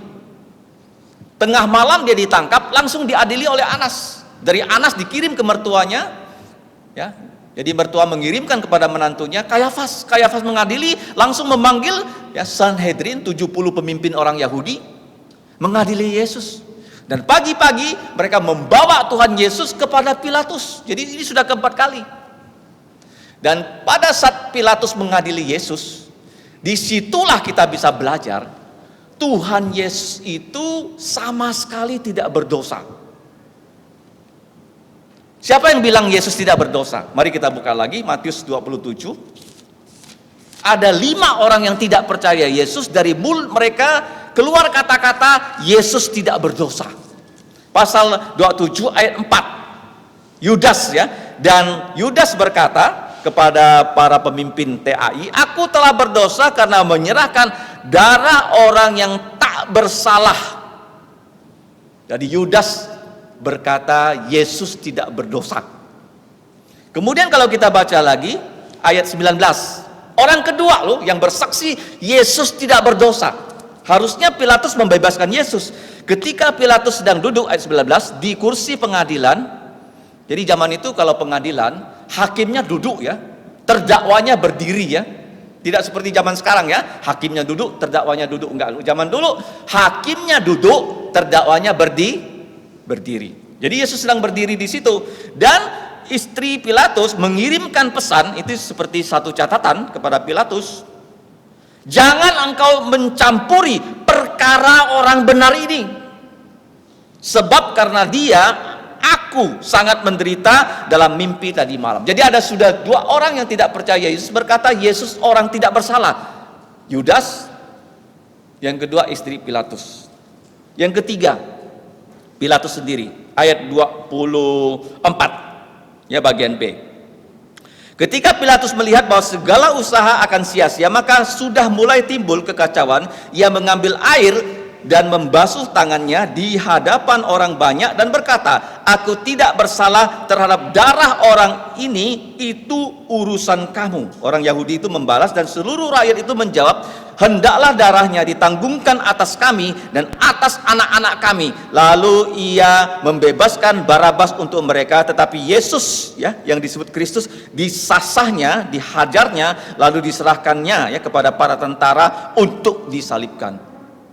Jadi di sini kita sudah melihat, ya, Yudas berkata Yesus tidak berdosa, istri Pilatus mengatakan tidak berdosa, kemudian sekarang Pilatus sendiri mengatakan tidak berdosa. Mari kita buka Injil Lukas pasal 23. Di situ kalau kita baca ayat 15, Herodes juga berkata Yesus tidak berdosa. Lukas 23 ayat yang ke-15. Waktu itu Herodes berada di Yerusalem. Padahal, ya, Herodes dan Pilatus tidak tinggal di Yerusalem. Kenapa mereka berdua berada di Yerusalem? Karena itu hari raya Paskah dan mereka harus datang ke Yerusalem menjaga keamanan. Dan pada saat Herodes mengadili Yesus, Herodes dan Pilatus masih bermusuhan loh. Kenapa Pilatus sekarang menyerahkan Herodes kepada Herodes untuk mengadili Tuhan Yesus? Padahal Herodes dan Pilatus itu saling bermusuhan. Dan saya percaya ini pimpinan Tuhan loh, supaya dari, ya, banyak mulut itu keluar pernyataan Tuhan Yesus tidak ada dosanya. Ingat baik-baik loh, Tuhan Yesus tidak ada dosanya. Kenapa dia diperlakukan demikian? Tadi sudah kita baca Yesaya 53, karena dosa kamu dan dosa saya. Kita sudah berdosa dalam pikiran kita, perkataan dan perbuatan. Karena itu semua, maka Tuhan Yesus itu menderita. Lalu kita lihat dalam 23 Injil Lukas ayat 15. Dan Herodes juga tidak. Nah, sekarang kita lihat ayat 13 dulu. Lalu Petrus mengumpulkan imam-imam kepala, ya, dan pemimpin-pemimpin serta rakyat dan berkata kepada mereka, "Kamu telah membawa orang ini kepadaku sebagai seorang yang menyesatkan rakyat. Kamu sendiri melihat bahwa aku telah memeriksanya, dan dari kesalahan-kesalahannya yang kamu tuduhkan kepadanya tidak ada yang kudapati padanya." Ini pernyataan Pilatus loh, harusnya dia dibebaskan. Dan Herodes juga tidak, sebab ia mengirimkan dia kembali kepada kami. Sesungguhnya tidak ada satu apapun yang dilakukannya yang setimpal dengan hukuman mati. Jadi sudah ada berapa? 4 pihak berkata Yesus tidak ada dosa. Yudas, istri Pilatus dan musuh Pilatus tuh yang bernama Herodes. Dan yang kelima yang tidak percaya Yesus, 23 ayat 47. Siapa dia? Yang mengatakan Yesus itu tidak ada dosa. 47, kepala pasukan 100. Ketika kepala pasukan 100 melihat apa yang telah terjadi, ia memuliakan Allah, katanya, "Sungguh orang ini adalah orang benar." Jadi Pilatus mengatakan Yesus tidak ada dosa, dan kepala pasukan 100 yang diberi tugas mengeksekusi Yesus, yang menombak mayat Yesus sehingga dari, ya, perut Yesus itu keluar darah dan air, berkata Yesus tidak ada dosa. Jadi ada 5 orang yang berkata Yesus tidak ada dosa, dan orang Yahudi berkata Yesus itu pantas dihukum mati. Kamu lihat, ya, ini adalah keadilan Allah yang dinyatakan. Jadi pada saat kita hidup di muka bumi ini, kadang-kala ada orang yang diperlakukan tidak adil. Seperti Yusuf, ya, dijual oleh abang-abangnya sebagai budak. Dia adalah anak emas dari bapaknya. Tapi Yusuf akhirnya menjadi budak. Tapi apakah keadilan itu akhirnya tenggelam? Ternyata tidak. Melalui peristiwa itu justru Tuhan membuat Yusuf menjadi perdana menteri. Jadi waktu dunia ini memperlakukan kita tidak adil, kita bersikap seperti Yesus, bahwa keadilan itu akan Tuhan munculkan. Ya, ini merupakan satu rekod, ya. Pada satu saat pengadilan itu, ya, bukan hanya berlangsung 1 kali, tapi 6 kali loh. Jadi sudah 3 kali di tangan orang Yahudi, Pilatus 1 kali, dikirimnya kepada Herodes ke-5 kali, dan Herodes kembalikan kepada Pilatus 6 kali. Sepertinya Tuhan Yesus itu sedang naik banding loh. Dan kesimpulan Pilatus, Yesus sama sekali tidak ada dosa, tetapi kenapa sampai Yesus itu disalib? Itu poin keempat. Yesus disalib karena itu hari raya Paskah. Di mana pada hari raya Paskah semua orang Israel itu mengambil anak domba, menyembelih anak domba, dan darah anak domba yang pertama kali disembelih itu di Mesir, membawa mereka keluar dari Mesir. Kalau kita baca dalam Perjanjian Lama, ada 7 Paskah yang khusus. Yang pertama, orang Israel merayakannya di Mesir. Jadi putra sulung mereka, anak sulung mereka tidak ada yang mati. Tapi tetangga mereka orang Mesir, semua anak sulung termasuk Raja Firaun, anak sulungnya mati. Bukan hanya manusia loh, hewan pun yang pertama lahir itu mati. Itu pertama kali. Yang kedua kali mereka rayakan di kaki Gunung Sinai bersama Musa. Yang ketiga kali di zamannya Yosua, generasi pertama sudah mati. Dan generasi berikutnya harus disunat dulu. Setelah disunat, ya, kulit katanya itu seperti gunung tingginya. Karena yang disunat itu ratusan ribu orang. Dan mereka merayakan Paskah di zamannya Yosua. Kemudian di zamannya Hizkia, ketika kerajaan utara sudah runtuh, di mana raja utara melarang mereka datang ke selatan untuk merayakan Paskah, dan ketika raja itu sudah ditaklukkan, dan Raja Hizkia langsung menghimpun semua orang Israel merayakan Paskah. Paskah signifikan yang keempat. Yang kelima, Raja Yosia yang mengadakan reformasi. 2 Tawarik pasal 35. Yang keenam, waktu mereka kembali dari pembuangan 70 tahun di Babel dalam zamannya Ezra. Yang ketujuh yang tadi kita baca, Nisan 14 tahun 30. Kalau dihitung dari sekarang itu 1990 tahun yang lalu. Ya, kalau kamu ditanya ya, Yesus sudah disalib berapa tahun? 1990 tahun yang lalu. Itu Paskah signifikan yang paling puncak adalah kehendak Allah, Yesus disalibkan. Nah, tadi kita tahu ada seorang yang bernama Yesus, ya, Barabas yang diserahkan untuk dibebaskan, dan Yesus yang disebut Kristus disalibkan. Kenapa bisa begitu? Pengadilan harusnya memberikan keadilan kepada orang yang mencari keadilan. Nah, pada hari Jumat pagi saya sempat mengirim WA kepada seorang hakim. Hakim ini dulu pernah belajar di Setara, namanya Hakim Pak Irsin. Sekarang dia bertugas di Riau di Bangkinang, ya. Jadi Pak Amel juga kenal dia. Dia berkata begini dalam balasan WA-nya. Hakim kenapa bisa tidak adil menurut dia? Satu, karena hakim itu sudah disuap. Sudah apa? Disuap. Dan saya menonton sebuah wawancara dengan pembantu Pak Harto yang paling terkenal zaman dulu, namanya Sudomo, kalau kalian ya pernah baca beritanya. Dia mempunyai perkara di pengadilan karena dia orangnya tukang kawin, tukang cerai. Jadi ada yang namanya harta gini gono. Jadi waktu dia berperkara dengan istrinya, kalau tidak keliru istri yang ketiga, itu dia kalah di pengadilan. Istrinya itu mendapatkan gini gononya. Kemudian dia bilang sama pewawancara dari TV One kalau tidak keliru, saya sogok tuh hakim supaya saya dimenangkan. Kamu bayangkan loh, orang yang dulu di zaman Pak Harto paling ditakuti, waktu dia turun tak ada jabatan, dia harus jogok hakim. Kalau kamu baca Keluaran pasal 18, ya, Allah melarang hakim menerima suap. Itu yang kedua, kenapa hakim mengambil keputusan yang tidak adil? Karena ada tekanan raja, tekanan penguasa. Yang ketiga, kenapa hakim bisa tidak adil dalam hal ini? Rakyat menekan Pilatus. Ya, Pilatus mengatakan kekacauan sudah mulai akan timbul, dan rakyat itu berteriak salibkan Yesus. Padahal pada hari Minggu 5 hari sebelumnya mereka berteriak Yesus Hosana, Hosana. Mereka ingin Yesus jadi raja, tapi waktu Yesus ya sudah ditangkap, mereka sekarang berbalik arah, ingin menyalibkan Yesus. Jadi 3 hal yang membuat hakim mengambil keputusan yang tidak adil, karena dia sudah disuap, ditekan oleh raja atau penguasa. Yang ketiga, rakyat itu melakukan demonstrasi sehingga Pilatus itu takut terjadi kekacauan.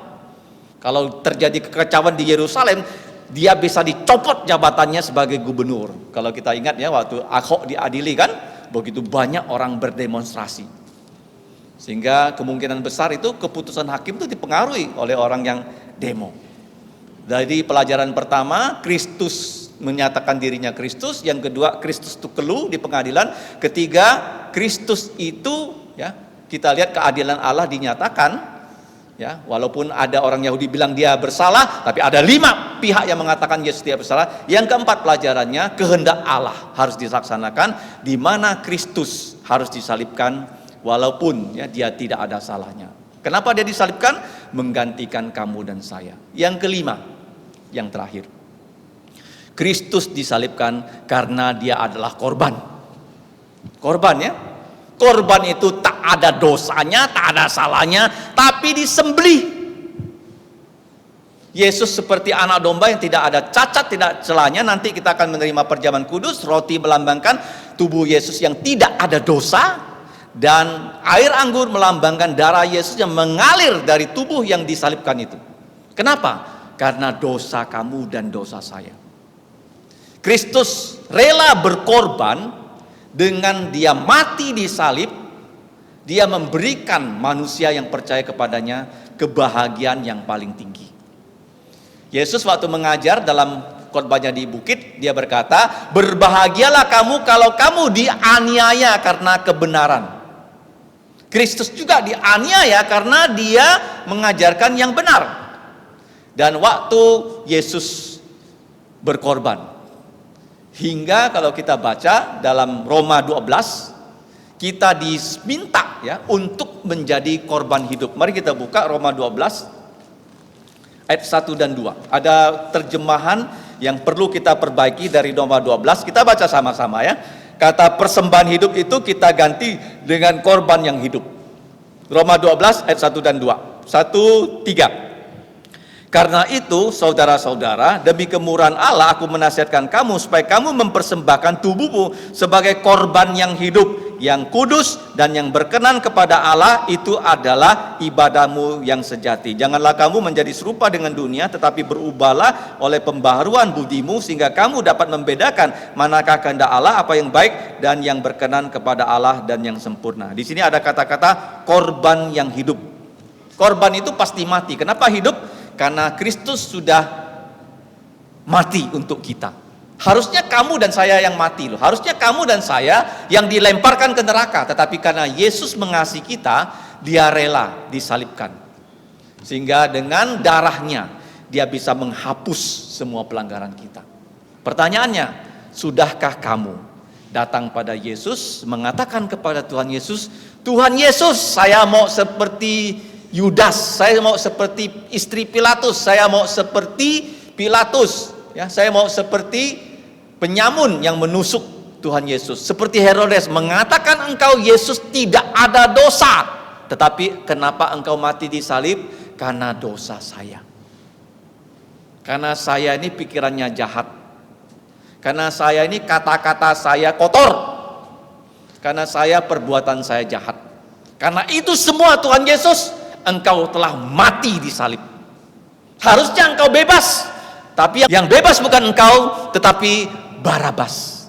Dan saya percaya pada engkau Tuhan Yesus, engkau mau membebaskan saya dari dosa. Nah, jadi kita lihat di sini, poin yang terakhir, Kristus telah berkorban untuk kita. Apakah kamu mau menerima korban itu? Dan kalau kamu menerima, maka kamu mempunyai suatu sikap yang baik sebelum kamu menghadap meja Tuhan. Jangan sampai kita menghadap meja Tuhan tanpa percaya bahwa Yesus sudah berkorban pada kita. Dan kita tahu ya, kita kalau ingin mencapai sesuatu, kita perlu pengorbanan. Ya, dalam sejarah gereja ya, banyak orang sudah berkorban demi Tuhan Yesus. Sudahkah kamu ya menjadi korban hidup? Sudahkah kamu rela melayani Tuhan Yesus? Ya, mempersembahkan hidup kamu sebagai korban hidup yang melayani loh. Kalau kamu masih muda, kamu punya kesempatan yang panjang untuk belajar, untuk melayani Tuhan. Ya, hidup kita itu bukan untuk ya cari sesuatu yang duniawi, tapi hidup kita harus kita pakai untuk melayani Tuhan. Kita harus ya, berani berkorban. Seperti kesaksian yang dibaca dalam sejarah gereja, kenapa pendeta Timothy To, kenapa Dr. To percaya Yesus. Karena ada seorang pengabar Injil dari Tiongkok, marganya Sung, namanya John. Dia adalah anak seorang pendeta di Tiongkok, dari daerah Hokkien, Hinghua. Jadi waktu dia sekolah ke Amerika, waktu itu jarang sekali orang sekolah ke Amerika ya. Dia sekolah ke Amerika bukan karena bapaknya kaya, tapi Tuhan menghendaki dia sekolah ke Amerika. Waktu dia sekolah ke Amerika, S1 dia sudah tamat, S2 sudah tamat, S3 dia tamat. Waktu dia tamat S3, dia menjadi orang Tionghoa yang terkenal di Amerika. Karena namanya, ya dia lulus dari doktor kimia, itu dicantumkan dalam jurnal kimia di Amerika. Jadi dia dengan ijazah S3-nya, dia bisa melamar pekerjaan dan mendapatkan gaji yang bagus. Tapi karena Tuhan panggil dia sebagai hamba Tuhan, dia menyadari dirinya orang berdosa. Di waktu dia menyadari dirinya orang berdosa, John Sung namanya, pada saat itu umurnya belum 30 tahun, dia merasa dia ke Amerika tuh harus masuk sekolah Alkitab. Dan akhirnya dia masuk ke sekolah Alkitab setelah dia S3. Dan di sekolah Alkitab itu diajarkan Tuhan sudah mati. Kamu bayangkan tuh sekolah Alkitab bisa mengajarkan seperti itu. Dan dia menjadi apa? Konflik batinnya. Sehingga dianggap dia sebagai orang gila. Dan John Sung ini yang sangat pintar loh, dimasukkan ke rumah sakit jiwa. Disitulah dia bertemu dengan Tuhan Yesus tuh, di rumah sakit jiwa. Berapa lama? Selama hampir 200 hari dia di situ. Jadi waktu di rumah sakit gila, apa yang terjadi dengan John Sung? Dia mendengarkan, kalau orang gila, kegilaannya itu ada waktunya. Ada yang gilanya jam 3 sore. Ada yang gilanya tengah malam baru teriak-teriak. Ada yang gilanya waktu bulan purnama, baru gila. Jadi apa yang dia lakukan di rumah sakit itu? Dia membawa Alkitab bahasa Mandarin, dan dia membaca selama tidak sampai 200 hari. 40 kali Alkitab. Berapa kali? 40 kali. Dan akhirnya dia naik kapal pulang ke Tiongkok. Dia mau menjadi penginjil tahun 30-an. Jadi waktu dia di kapal, dia punya ijazah itu juara 1. Kalau bahasa kuliahnya itu cum laude ya. IP-nya itu hampir 4 ya. Dia punya ijazah S3. Kemudian karena dia juara 1, dia dikasih kunci emas. Dengan kunci emas dan ijazah S3-nya, dia bisa bekerja dengan gaji yang tinggi di Amerika. Jadi waktu di kapal, kunci emasnya dia buang ke laut loh. Dan dia hanya bawa ijazah S3-nya untuk perlihatkan bapaknya yang pendeta. Dia sudah lulus S3. Tapi apakah dia pakai ijazah S3-nya untuk cari kerja di Tiongkok? Enggak. Akhirnya dia jadi penginjil. Berapa lama dia jadi penginjil? 15 tahun. Dia menginjili di Tiongkok, dia menginjili di Asia Tenggara termasuk Singapura. Jadi waktu dia ke Singapura, dia mengabarkan Injil. Pendeta Timothy To umurnya sudah belasan tahun, Dr. To umurnya 9 tahun loh, percaya Yesus. John Sung setelah itu dia mati. Kenapa dia dipakai Tuhan membawa hampir ya beratus ribu orang percaya Yesus? Karena setelah John Sung mati, Tiongkok itu menjadi komunis.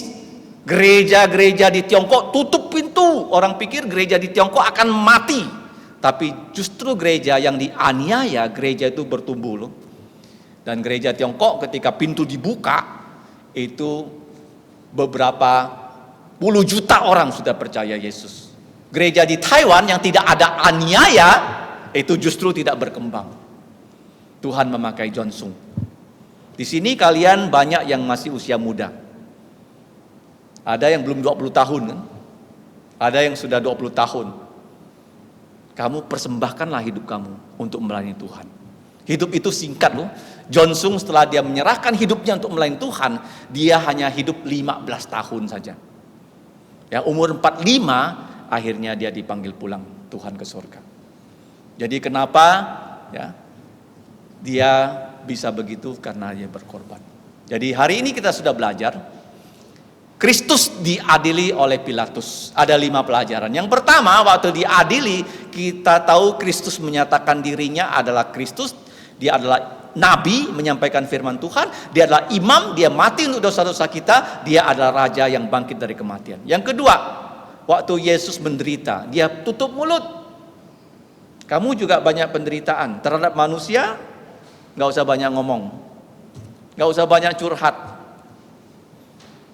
Berlutut, berdoa. Tuhan akan menjawab doa kamu. Yang ketiga, keadilan Tuhan dinyatakan. Orang Yahudi bilang Yesus bersalah harus mati, tapi ada 5 pihak mengatakan Yesus tidak bersalah. Yudas, istri Pilatus, Pilatus sendiri, Herodes, dan kepala pasukan 100. Yang keempat, kenapa Yesus disalibkan? Itu kehendak Bapa Surgawi. Dia disalibkan pada hari raya Paskah signifikan yang ke-7. Yang pertama di Sinai, yang pertama di Mesir, yang kedua di Sinai, yang ketiga yaitu waktu mereka masuk tanah perjanjian, yang keempat zaman Hizkia, yang kelima zaman Yosia, yang keenam zamannya Ezra, yang terakhir Yesus disalib. Pelajaran kelima, Yesus itu korban. Sehingga dia berkorban, maka kita bisa hidup. Hidup kamu untuk apa? Untuk berkorban untuk Tuhan Yesus kan? Kalau kamu melayani Tuhan, kamu perlu berkorban loh. Kamu perlu mengkorbankan apa? Waktu kamu.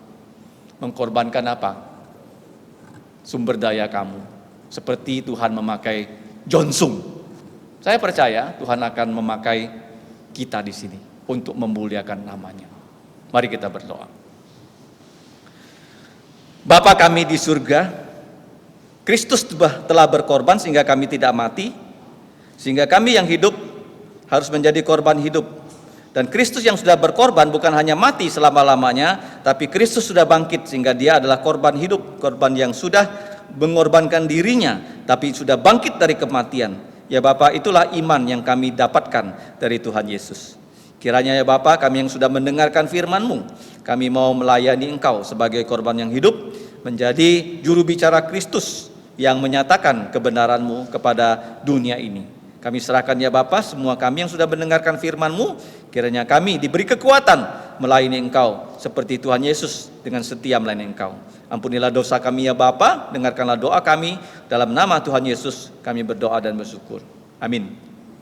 Selanjutnya adalah perjamuan kudus, nanti kita akan ikuti dan kita akan ikuti dengan layar ya. Terima kasih. Cảm謝主席係來節目是介紹喺紀念主嘅大家睇愛嘅事，睇14家鄉嚟喺比較愛是咁嘅幾年嘅人故，這個一來創始，將大概127小時個。 Mari kita membuka buku pujian kita dengan pujian nomor 127. 這個來創嘅第一排、第三排、第一個第三排。 Kita akan memuji Tuhan, pujian nomor 127, bait pertama dan bait ketiga.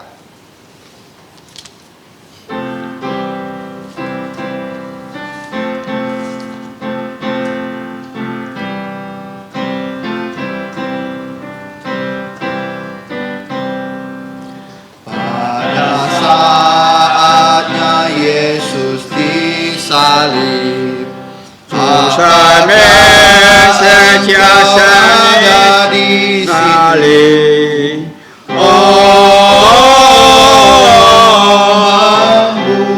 Membuat berasa gentar. Pada saatnya Yesus disalib, pada saatnya ia dicurahkan. Apakah engkau ada di sini?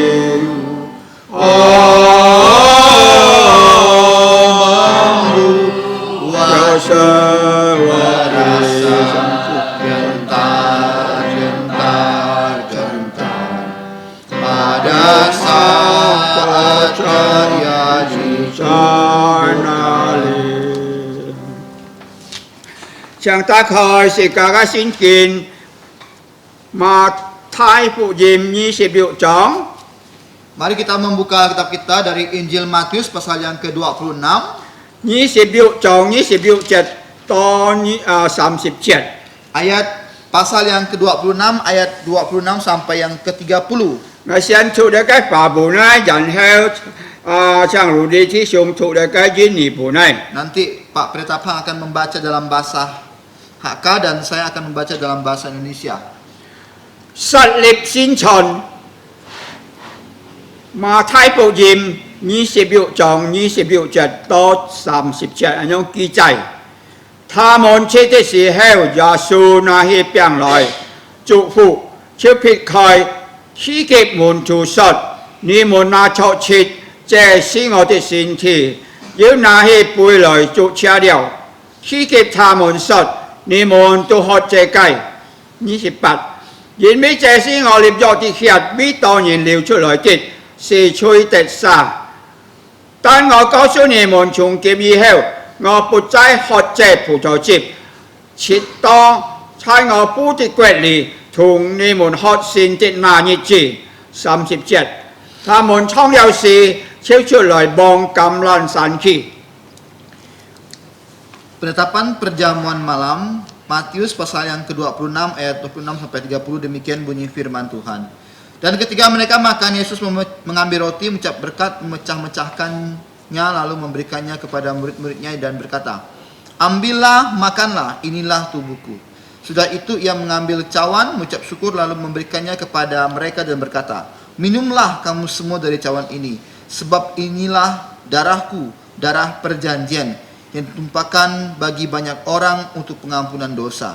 Kan tetapi aku berkata kepadamu, mulai dari sekarang aku tidak akan minum lagi hasil pokok anggur ini sampai pada hari aku meminumnya, yaitu yang baru bersama-sama dengan kamu dalam kerajaan Bapakku."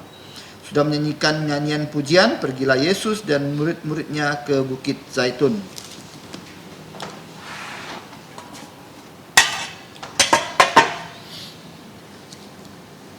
Tông Chúa Giêsu thì phi mai cái gì ra thì các cái môn thủ trái lệ hong kỳ hàng chuối heo để cái bàn tròn thì nhìn ở里phía đeo cái môn thủ cái chỗ nào hi để cái biang rồi thì con để cái biang hay dí cầu mà cái xin thì bên này đến sai ni tên mi phùng sẽ để cái biang ở xẻo dính tông ở anh nhóc hàng bị chết hay kỹ nhám Chúa Giêsu Kitô ở Thái oi thì xa xin lưu xét này hay oi sĩ cả dân cư chỉ có lại biết cái để cái biang tổ con trên trang rủ đi thì xuống biết để biang tổ con.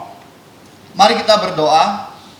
Bapa di surga, Bapa yang memberikan kami keselamatan melalui putramu Tuhan kami Yesus Kristus yang sudah lahir pada 2000 tahun yang lalu, menderita di bawah pemerintahan Pontius Pilatus dan disalibkan demi menebus dosa-dosa kami.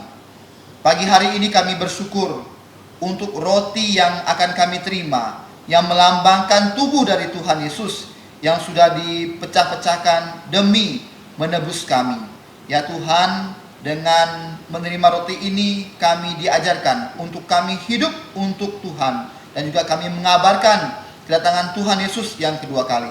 Terima kasih ya Tuhan, kami ucap syukur dalam nama Tuhan Yesus. Amin. Amin.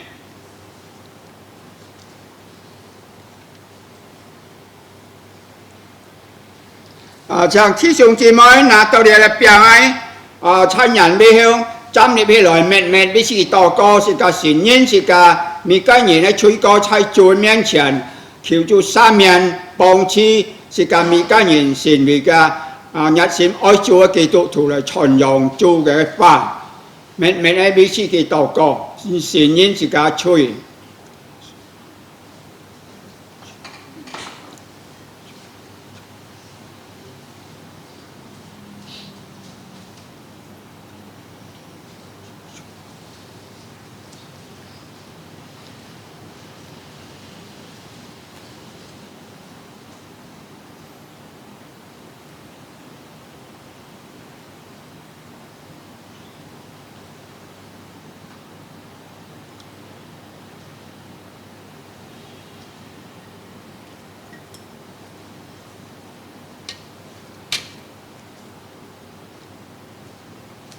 像是咱们个人在主面前来谦卑，来信任是咱们个人的吹歌是咱必是个祷告，是个来良书来个变。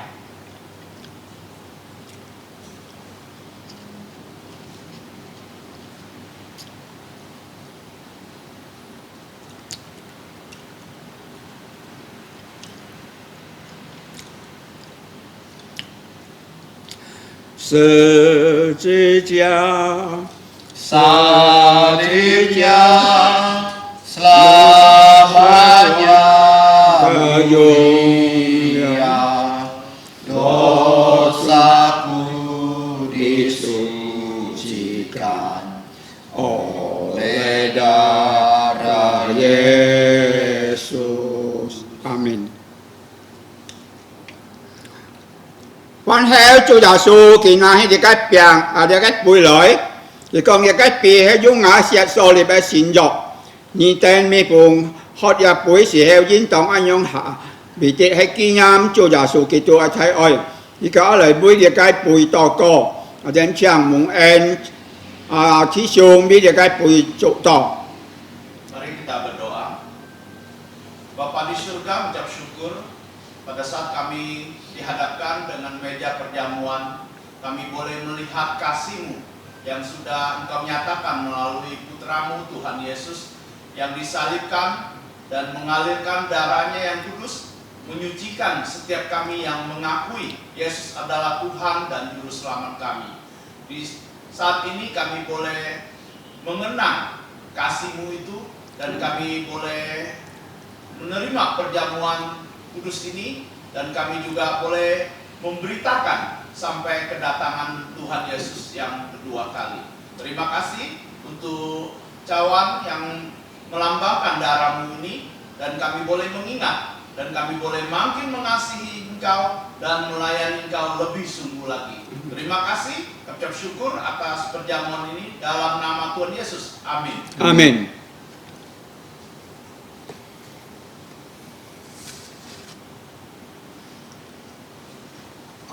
Sĩ ca diện dành chăm cho sĩ ca mà hi để cái bùi lời mệt ABC tàu co sĩ ca cảm cha chủ sĩ nhân sĩ ca chỉ sẽ có phong khiếu chủ sa miền sĩ ca mi cái nhìn chui co nhóm sĩ ca nên kêu trái chúa để cái en chân hong xin sim kén cả kén cu kén cả nhật sim ôi chủ lời phụ sĩ chủ tròn dòng chúa pha.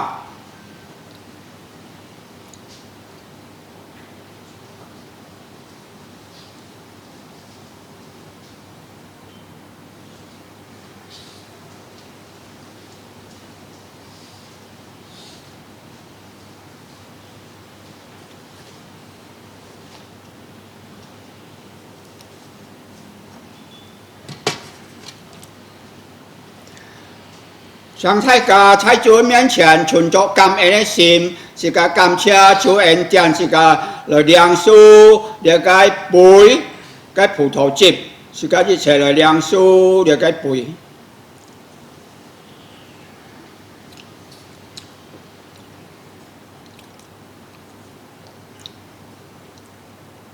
Tuhan Terima kasih Tuhan, terima kasih Tuhan di dalam surga. Ku ucap terima kasih. Amin. Sĩ ca dịch biển siêu phối, sĩ ca dịch biển ở trong công chói sĩ có thi dịch bạc 27 siêu thi đi phải cả thi sĩ phải ấy.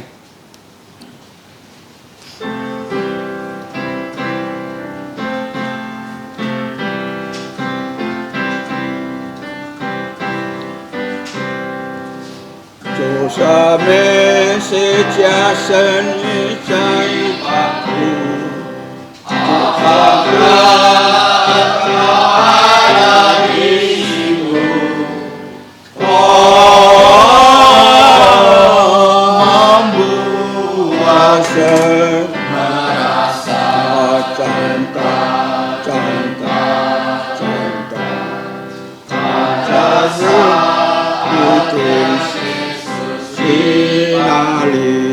sĩ phải tặng chiều cho trên mà lì tặng chiều cho của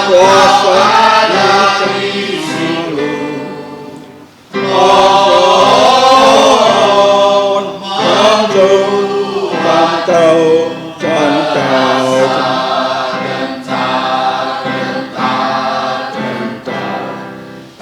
chiều chúc của sinh nhật trái na li是个人人赞错，是个良书，有圣经里面受人些祝福。當然，我做耶穌基督恩惠，天父上帝慈愛，聖靈的感動與交通，上與眾天上門同差，從今時一直到永永遠遠。阿門，阿門，頌。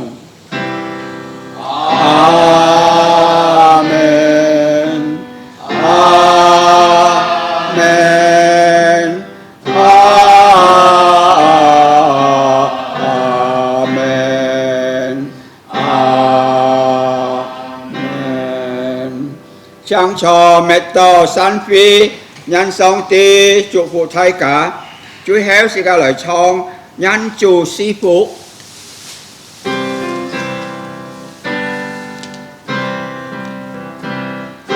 Tuhan memberkatimu